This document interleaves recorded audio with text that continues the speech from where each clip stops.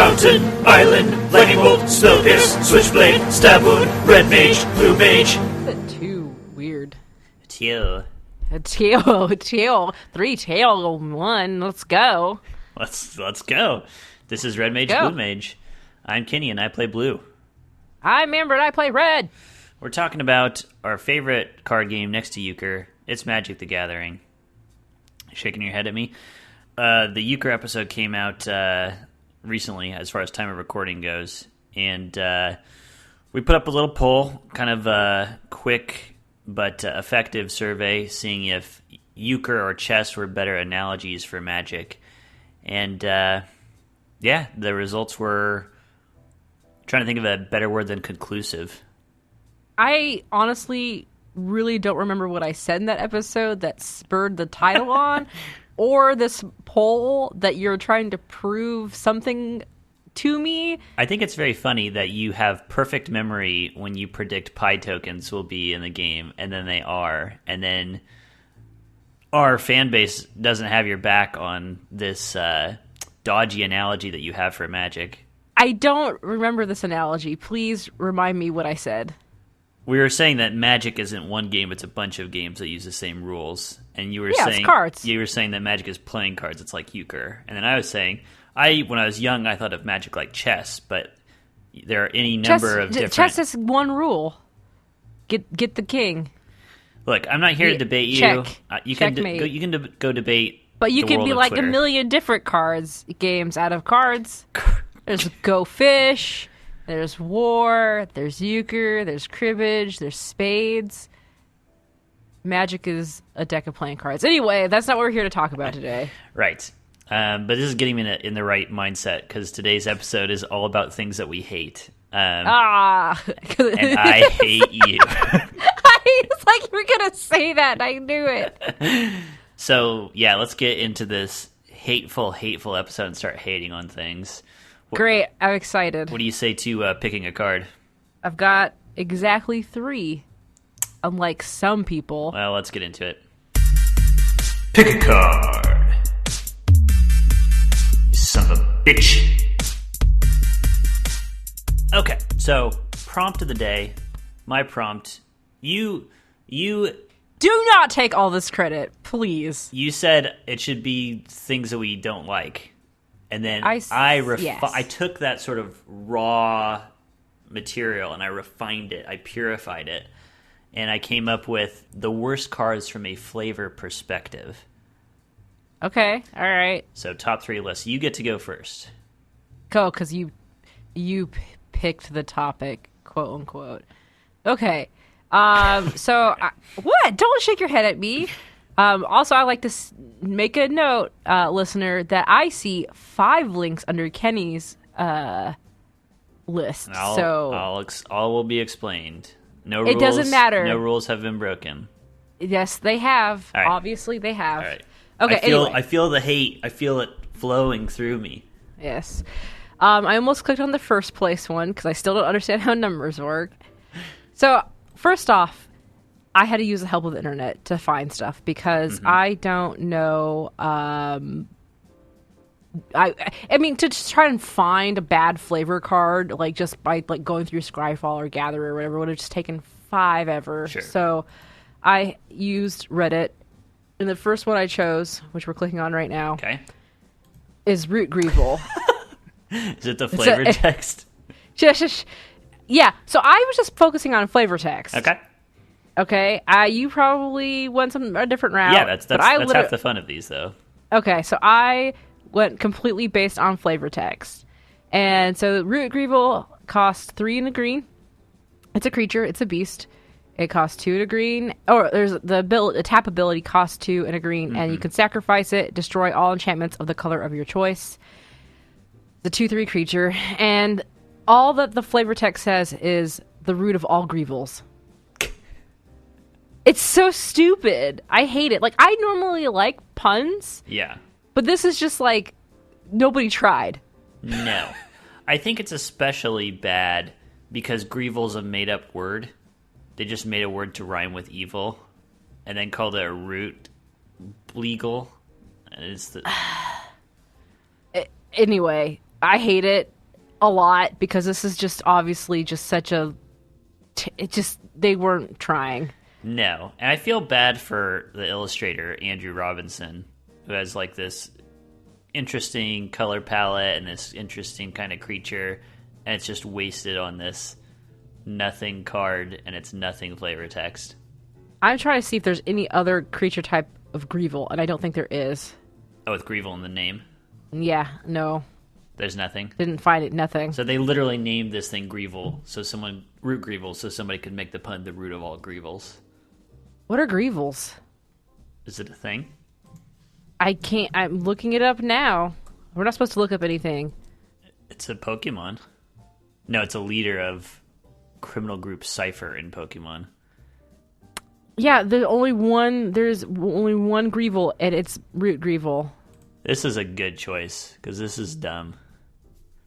I hate it. It's so bad. Why? I know that some people like this kind of flavor text, this kind of throwaway flavor text. Not for me. They're not my friends. All right.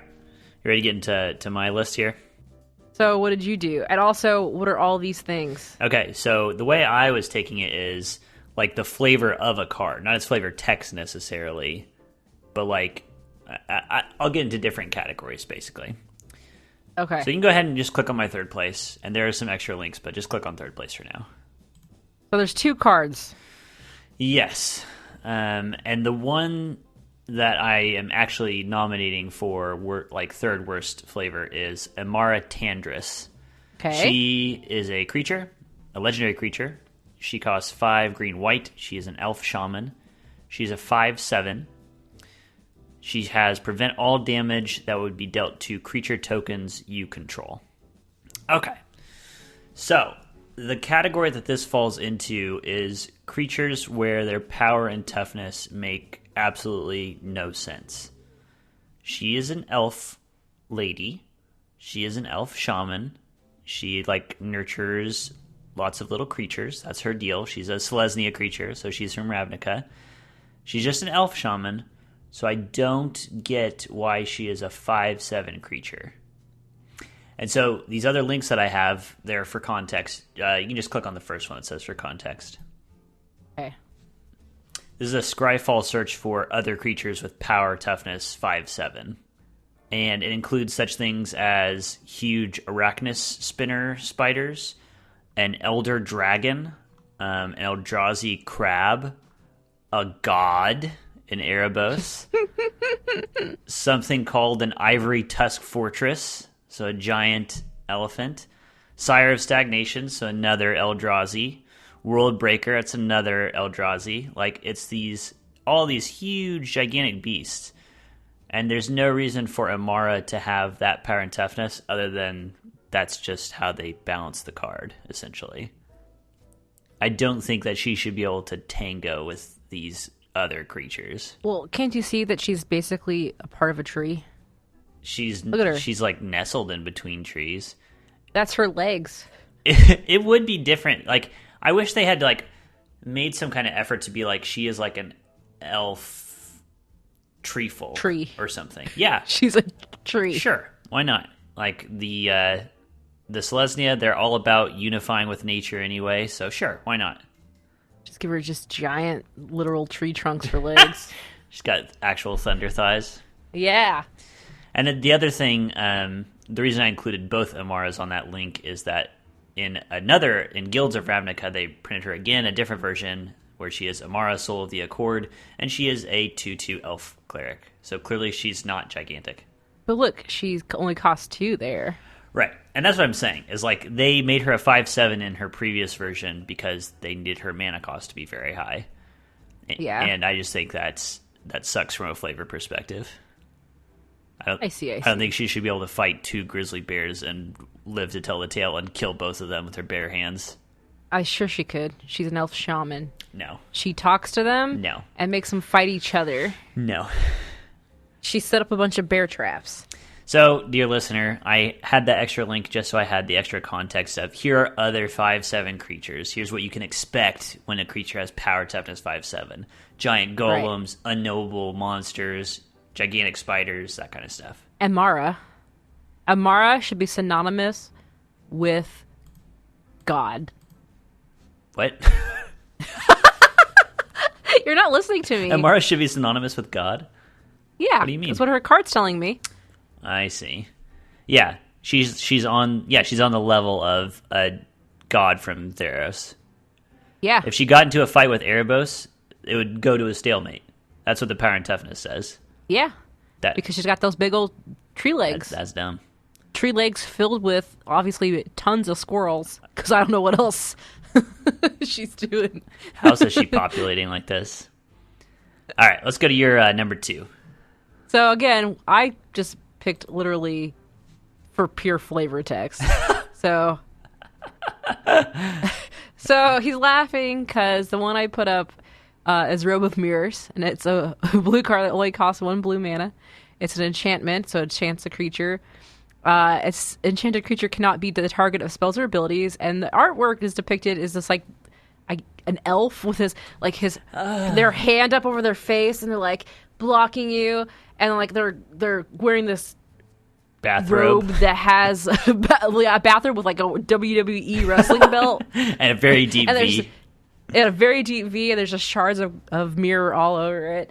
And then the flavor text is so bad. It says, "Does this make me look fat?"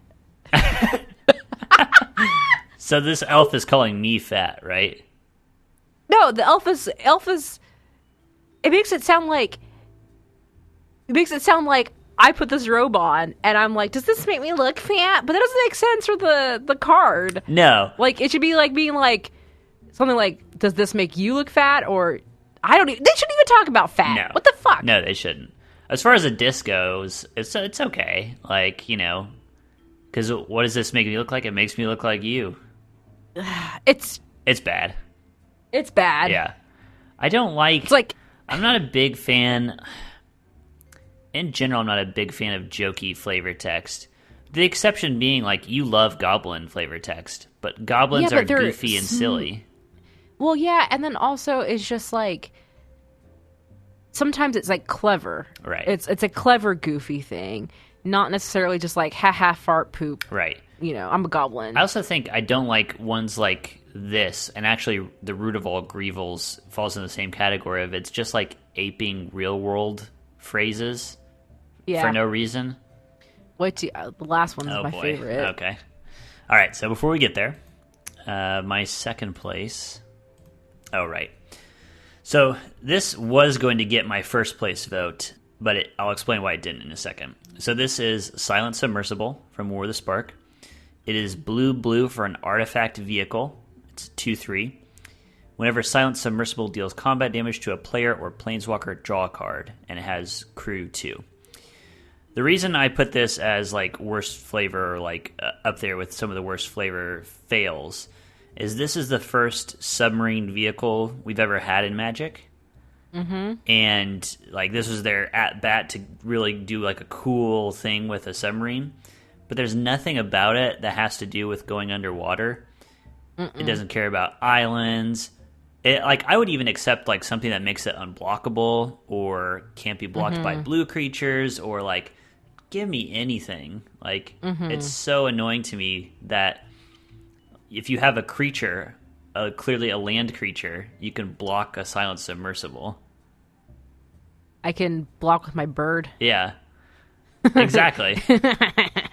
Or my spider. Yeah, you can throw... A goblin can block this Silent Submersible. Like, what a joke. So could Amara. Yes, and she would crush it with her thunder thighs. Right in half. So, and also, I guess I should add that this same way falls in the same category of Amara, actually, in that its power and toughness are nonsense. It's a 2/3, yet it's clearly in the picture big enough to hold, like, a lot of people. Yeah, but only costs 2. Yeah, there's lots of little... That's what I keep saying. Like, they balance it by its cost and with its power and toughness, which I understand where they're coming from. You need to do that. Flavor does need to take a back seat to the functionality. But in my opinion, then you need to change the flavor a little bit to match what you did better. Anyway. Gotcha. So the reason this did not make my number 1, though, is because... limited resources have already taken a stab at calling this out for being kind of lame. Silent. Submersible. Okay, and Amber's All right. number 1 worst flavor text. Okay, Oh, you ready? Okay. It's Mortify. It costs 1 white and black. It's instant. Destroy target creature or enchantment. And you've never read the flavor text I've before never read this for one. this one because you just laughed. And so it says, many who cross Soren's path come down with a sudden and fatal case of being in the way of a millennia-old vampire. And all of that last bit, being in the way of a millennial-old vampire, is all dashed together. A hyphen. Like, it's supposed to be like some sort of disease or something. Jesus. And this is the conspiracy printing of Mortify. Yeah, I think it also had other printings Sure. as well that had that. There was I'm trying to think of. Yeah, the old one, the Guild Pact one, I think it was when it first came out.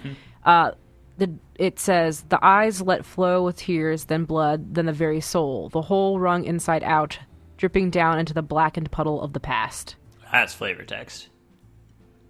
And then you get A sudden and fatal case of being in the way of a you millennial-old have a millennial vampire. So you really don't like just goofy for the sake of being goofy text. Like, it has its place. Like, it would make sense if it was in, like, an unset or something silly, right? Right. Looking at the artwork, Niels Hom illustrated artwork, It's a piece waste. of artwork. It's a waste of Niels Hom artwork. It's so beautiful, and yeah, you get this like, like it does not feel good. It does not invoke the spirit of the card, really. Also does not invoke the spirit of Sorden, who's like a millennial-old vampire would not say a line like this. Yeah. Wow. It's something I would write for my fan fiction. Exactly. That should tell you it should not be on a card. Yeah, if it's something that I would write, it shouldn't be on a flavor card. It shouldn't be on a card for flavor. It shouldn't be anywhere. Thanks, Kenny. Okay. All right, so that was my first place. I actually love it, but okay. Yeah. All right, so you're ready to yell at me some more. No, why are there 5 cards? Because There. it's a cycle, and I'm just going to read one of them. I'm just going to pick one of them. So these are the Cavalier cycle from M20. So I'll just read Cavalier of Dawn. So Cavalier of Dawn is the white one. Costs 2 white, white, white. It is a 4/6 creature, an elemental knight with vigilance. When it enters the battlefield, destroy up to 1 target non-land permanent. Its controller creates a 3/3 colorless golem artifact creature token. And when Cavalier of Dawn dies, return target artifact or enchantment card from your graveyard to your hand. So there is a whole class of cards that I think these Cavaliers represent. And that is cards that have like cool flavor potential that just get random good abilities or just random abilities. Like the Cavaliers, they're all elemental knights, so it feels like the things that they do should like do something cool with their elements, like Yeah. and it just doesn't feel that way. Like why does the Cavalier of Dawn destroy things and turn them into golems? I think it's kind of like trolls when they touch daylight, they turn into stone. But it's a golem, it can still move around and stuff. Eh. Why does I don't know. It just seems like these are just like heavily pushed cards that don't really say anything to me from a flavor perspective. And before we started the show, we're in the middle of Eldraine spoiler season at the time of recording. We were talking about a card that got spoiled last night. I think it was yesterday or 2 days ago. Can't remember. It was soon. Right. Recent. It was Questing Beast. Or the Yes. Questing Beast? I'll look it up. Questing Beast. It costs 4, 2 green, and it has Vigilance, Haste, and Death Touch. Correct. Then it can't be blocked by creatures with power 2 or less. Correct. It also gives all of your creatures combat damage really can't be prevented. Correct. And then on top of that, if it does damage to a player, it does that amount of damage to that player's planeswalker as well. Correct. Boom! I knew all of that off the top of my head because I hate it so much. Power toughness is 4/4. It's a 4 mana. 4 mana, 4/4 with 3 keyword abilities and then 3 other good things. Upside. Yeah. It's all upside. So just let's table for now the power level of the thing and that whole discussion. This falls in the category of the Cavaliers for me, and maybe it's even more egregious because it is more. Because the questing beast is like an important idea in like Arthurian legend, right? I mean, yes. It's a legendary creature here, but there's nothing about it that says anything to me. Can't be blocked by creatures with power 2 or less. Combat damage can't be prevented. Deals damage to a player. It also does to a planeswalker. None of this is evocative of anything. It's just like, we want this to be a good creature. Throw stuff at it. Throw everything at it. Everything must go. So this is the card that most bothers me from a flavor perspective, is when they have like a great opportunity to do something cool and interesting. Yeah.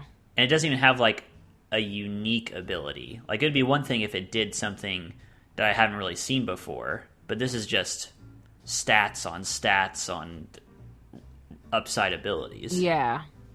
It's I remember looking at it and thinking like, excuse me? Excuse? Yeah, like, this is ridiculous for lots of reasons. Because even, like, looking at the Cavaliers, it's like they cost 5, total. And 3 of a color. Yeah, which is ridiculous. Mm-hmm. And then they only have 1 keyword ability each. Well, the red one doesn't even have a keyword ability. You think it would get haste. Right. But it doesn't even have that. It gets fire breathing. Yeah. And then they just have 2 upsides. Yeah. Whereas Questing Beast has cost 4, is a 4/4, has 3 keyword abilities, and 3 upsides. It's ridiculous. Yeah. Now we're just getting into being mad at the power level of this thing, which is gross. But even then, it doesn't make sense why. Like, I'm not familiar with the legend of the Questing Beast at all. But in my mind, if I see Death Touch, it means, is it something that, like, poisons me? Poisons me? Like, if I look at it or touch it, do I get sick? I don't understand why it's untapping. Why is it vigilant? Right. And also, it's a green card. Why is it hasted? Like, right. I don't see green typically as a haste. I think it's like tertiary in haste. Yeah, I don't know. But yeah, like, and also, like, the whole, like, the lore of the questing, it's called the Questing Beast because, like, heroes would quest after it. Like, it was a sought after, like, we're going to kill the beast. Okay. Kind of thing. I would expect some kind of ability of, like, when it dies, something crazy happens. Yeah. Or, something like that. But it's just, like, a very hyper powerful creature, period. Now we're just being angry at the Questing Beast instead of... I hate it! Okay, maybe we should proceed forward then. Parlay our anger into the next segment. Oh, okay. We'll see if I have any left. Okay. So, for the rest of this hateful episode, I wanted to get into discussions of raw hatred. Pure hatred. Ready to talk? Yeah, sure, why not? Once again, it's time for an academic debate between a civilized scholar and a homicidal brute. Let's begin. I don't have any hate in my body, though. Wow. You just pure love and joy for all that you see? Yep. Wow. Listeners, remember that episode where we kept track of all the meanness? That wasn't being hate. That's being me. It's different than hate. It comes from a good place. Comes from a good place. I don't hate you. I nothing you.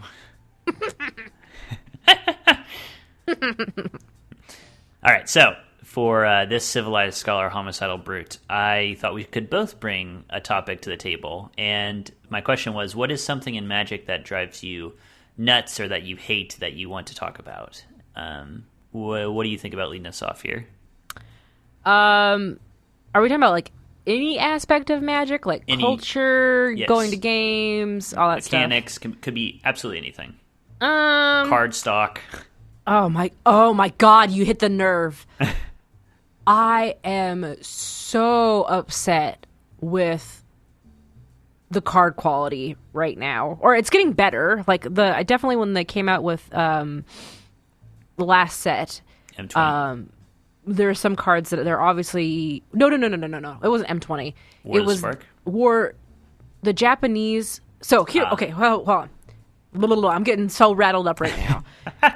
So I got back into Magic a year ago, and I had I got some more of the Spark cards, and I think Aurelia War Leader was part of that set. I can't remember, but and she only comes in foil. Mm-hmm. Pretty sure, because I looked to try to buy her in a non-foil, and I think this was Ravnica Allegiance. Yes, probably. Yeah. And I was building my ridiculous Krenko deck, Goblin Angel deck, and I said I wasn't going to play it, for any real games. Like, this is just a home modern deck that I'm making for myself for shits and giggles, because let's spend $60 for shits and giggles. Sure. And I have 2 copies of Aurelia, and you can see where she's at and feel where she's at in the deck every time. It's just like I shuffle it, and then I wonder where Aurelia's at, because my deck is split in half in 2 different places because the curl is so bad. Randomly at the Walmart near my house, they were selling these how they get extra packs and stuff, and they repackage it, repurpose it, and they put it up as a peg item or whatever. Yeah. They actually had repackaged booster packs, and 2 boosters in a pack of 6 were the Japanese War of the Spark prints, which was awesome. Mm-hmm. And you can tell the difference in the card stock. And I know, not to get too ridiculous, but this is real world hate too. The tariff situation right now is kind of really bad, not just for my company that deals in plastics, but also people who deal with paper. I know there's lots of RPG publishers right now that are struggling with the tariffs, and I bet you that has a lot to do, maybe some of it, with the card stock as well, where you get where they're printing. I don't know where Magic prints their cards, or where they buy their stock from, but if that's happening, that sucks, because now it's the quality of the cards is really sad, and my house has stupid high humidity right now, and I'm do I have to vacuum seal all my cards? Lock them up. Because they're suffering. Yes, they're suffering. It's not great. So anyway, there was 2 rants in there: card stock, and tariffs, and not a good plan to. Let's not get me started on this. Okay. Now, that was not one of your official items, was it? No, mine was actually had stupid stuff I hate shuffling cards, blah, and being a little poopy head. You hate shuffling? Is that a real thing? Yeah. You've brought it up before when we were talking about the goofy alternative ways to play. We talked about Prismatic, which was a 250 card deck, and you were like, "Fuck shuffling that." It's true. It's definitely one of those things where I feel I wish I had some way to automatically shuffle my cards for me, just because I hate doing it. And also, shuffling a commander deck is the worst. Almost. So, shuffling a cube is the worst. Well, I don't own one, so I wouldn't know. Shuffling 600 cards. I remember when I first got into Cube, it was a friend of a friend who I saw a print copy of a Cube from first. And I remember just going over and being like, how do you shuffle it? And learning how in the world you shuffle it. Which the short answer is just a lot of pile shuffling, essentially. Yes. But I've often had fantasies of owning some kind of poker device, casino shuffling thing that's been rigged for double-sleeved cards. But I would have to see it. I would have to see the professor test it first. I think, before I would ever underwater let it touch my cards. Yeah, because could you imagine this device and just shred? just confetti. It just shreds and shoots out confetti, and then it plays a little song and goes boo boo ba ba boo boo wow. It's like an Uno attack machine. It just shoots out shreds of your cards. But super fast. It just impales them into your wall. Spaghettifies them. Yeah. A cloud of dust emerges from it. No, never. I have a serious thing to talk about. Oh, dang. Serious. Tariffs.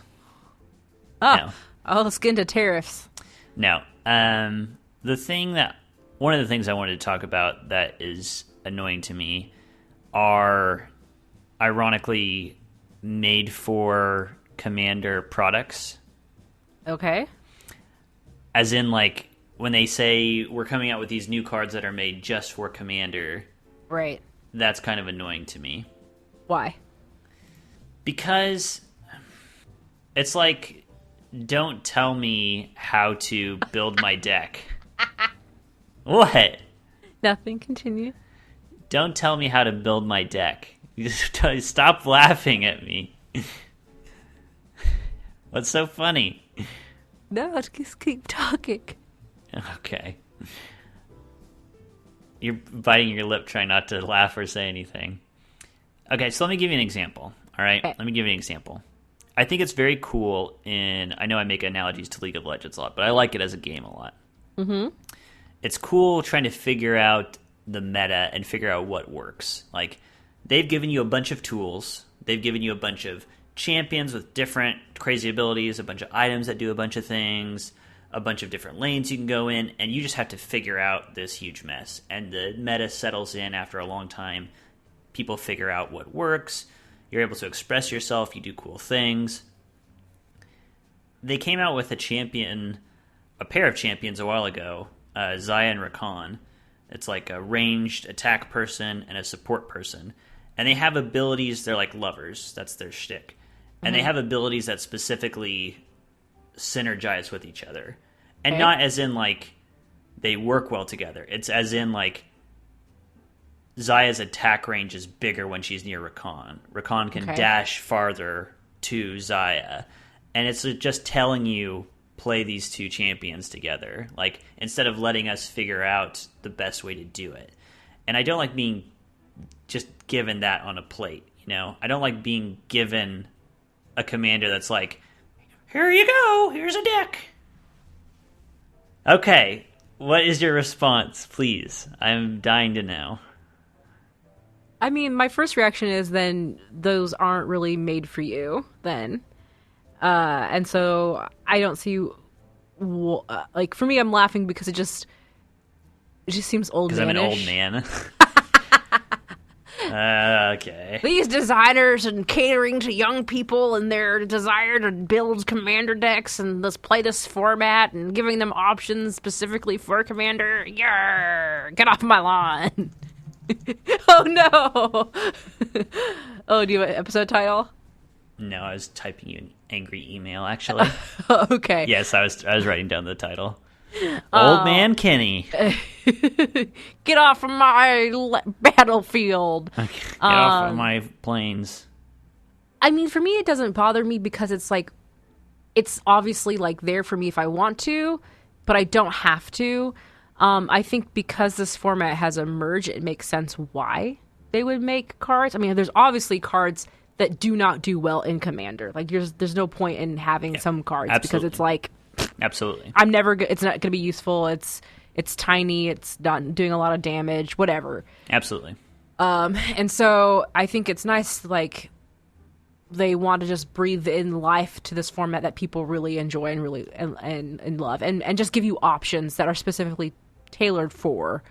I don't see. It doesn't bother me. I think it's fine. The problem to me kind of emerges. Like, I don't mind it in and of itself. The problem to me emerges is when those new cards that they're printing are crowding out other cards. Like, Atraxa is one of the commanders that they made specifically for Commander. And she's crazy expensive. She's crazy good. Like, it's just an obscene card. Or, likewise, there are cards like True Name Nemesis that, for very good reason, never see the light of day in an actual tournament legal format. Yes. And it makes me mad when they're like, just throw them in this set. Why not? It's like that because it's way more powerful than all the other things that are happening.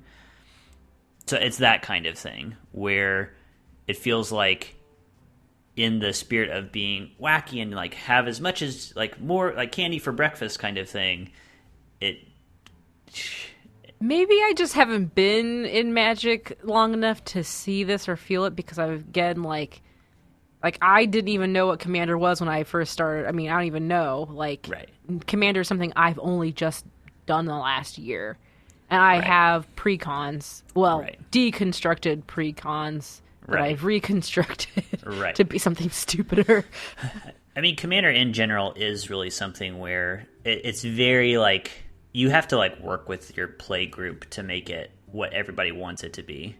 Right. I remember Aaron Forsyth when he was on that radio show where they were playing the very first set of pre-constructed Commander decks. And he was saying Commander is a format where if you want to be busted and you want to win the game on turn 3, it's like, I bet you could do that. And we'll be like, yay, good job. Who cares? That's not what we want to do here. We want to be goofy.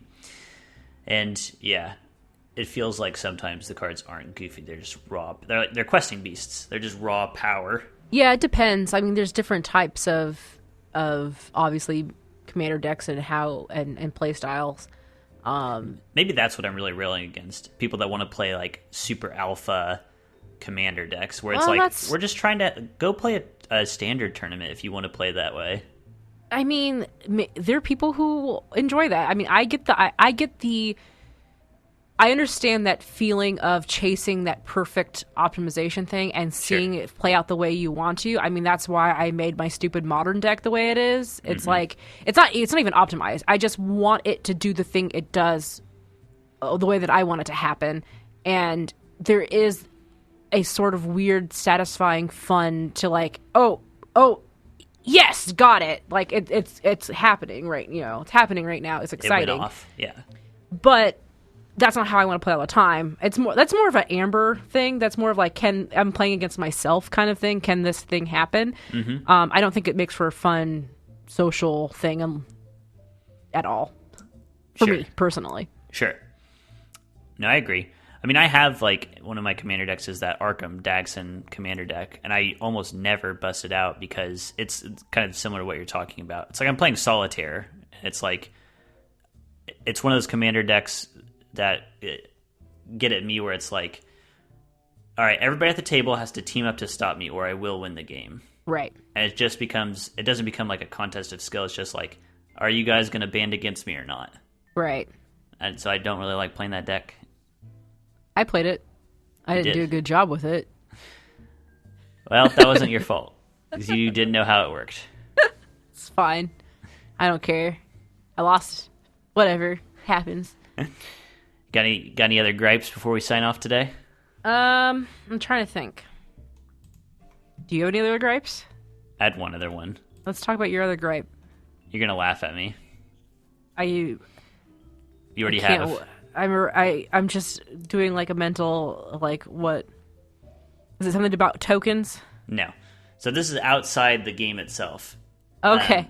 But it kind of drives me crazy whenever I hear Magic players online or otherwise saying, Wizards is just doing X to sell cards and get our money. Do you understand how corporations work?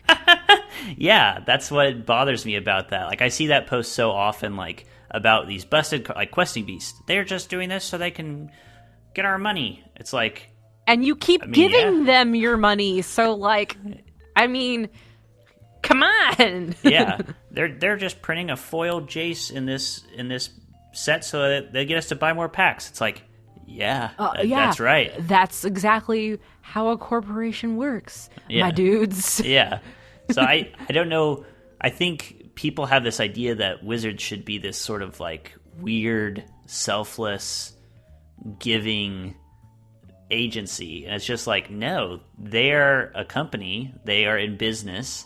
And ideally, there is this kind of symbiosis where they are getting money because they're making such a good product and people like it so much that they want to give their money. Right. So my whole thing, I was just there was a thing going around Twitter, kind of like one of those like memes where you like and then you answer a question. One of them was like, what do you dislike about like stan culture, which is like being obsessed in love with super fandom with a product or whatever you want. A person or a celebrity or whatever. Media, whatever. And for me, and it was like, what is your, like, don't you like? And for me, it's just like the sense of entitlement. Like, this corporation actually like cares about you. They care about you enough that they want to make money, so they will listen to you. And like obviously, so if they're making a foil Jace and putting it in a set, it's because there are people out there who want that. And they're going to do that, and they're going to give money for it. That's kind of the whole point of a corporation. Right. They're owned by Hasbro. Is it owned by It's owned by Hasbro, right? Correct, yeah. Even bigger conglomerate of corporation. Yes. And yeah, the front runners like Mark Rosewater and other designers like Gavin and Aaron, like they still ultimately work for a corporation. So yeah, maybe they started making stuff, you know, they were hired by a corporation. Right, yeah, exactly. And if they want to keep their jobs, one of their primary goals needs to be making money. Yeah. And there's a balance to be had there. I think that one thing they have to think about is keeping the game environment healthy. So they can't just, for example, print in each set more and more powerful cards that make the previous set completely obsolete, because that will kill the game. But again, ultimately that comes down to money too. It means that ultimately they will make less money because their game will die. Right. So yeah, it's like they care. Like, working for a corporation, I know as an individual, I care about consumers. And I think that can be said of individuals who actually work on stuff for the consumer. And smart CEOs will listen to their designers who are listening to the consumer, and you'll get stuff. But yeah, like, it's so silly to be like, they're just doing this because they want money. I mean, they want to, obviously. Of course. So anyway, yeah, that was the last thing that I had to talk about today. Things that annoy me a little bit. I think one last thing is I don't like it when people flick their cards. Oh, I've done that. I know. I don't typically. I've heard it. It's okay. But yeah, I don't like the flip noise. The professionals going. No, I'm fine with like shuffling, but it's like the flicking flip, the end. the flicking the end. Yes. Like. Okay, I don't do that. I'm the one that shuffles my cards around a lot. Like, I'm organizing, reorganizing, and shuffling things around. That doesn't bother me. It's the flip. Like, they put it all together in like a flip. Yeah. I don't hate it. It's just kind of whatever. I don't like it from a like, treat your cards with some respect. Don't do that to your cards. Oh, I should take these cards out of my mouth then. Okay, that's the end of our vitriol for this episode. If you guys like what you heard, come follow us at RedBlueMTG on Twitter. You can follow me at Wolfmere on Twitter. And you can find me at Rocket Orca on Twitter. And you can email us, redmagebluemage@geekspective.com. Until... Wait, what? Until what? I was going to sign off. Oh, I was going to say because we want your topics. Yes, please. We can come up with topics all day, but goddamn, it saves me some trouble not having to think of them. Yeah, because we know that I don't contribute to this podcast at all. Yeah, so please email us or tweet at us some topics. We've already done a few fan-given topics, and we'd like to do more. So let us know. Until then, I'll be representing Counterspell. And I've got the bolt. Whoa! I did a normal one for once. Wow. Bye. Bye. Because I ate a bunch of french fries and I don't care.